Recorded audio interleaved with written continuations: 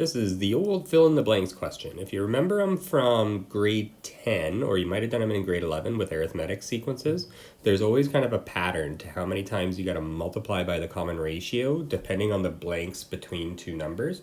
And that's what we're going to look for first, is I'm just going to figure out how many times do I have to multiply by the common ratio to get from 2 to 250.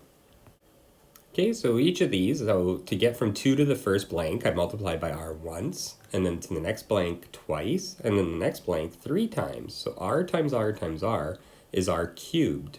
So that means I got to multiply by r 3 times when there's 2 blanks in between the numbers. So what I always think is it's always one more, no matter what.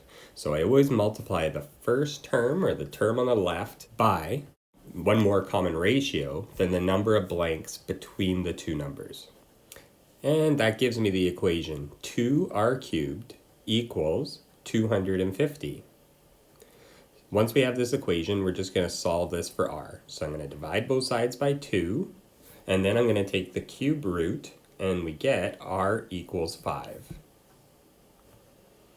And once we have that common ratio, we can go back to the beginning to fill in the blanks. And I'm just going to go left to right. So 2 times 5 is 10, times 5 is 50, times 5 is 250, times 5 is 1,250.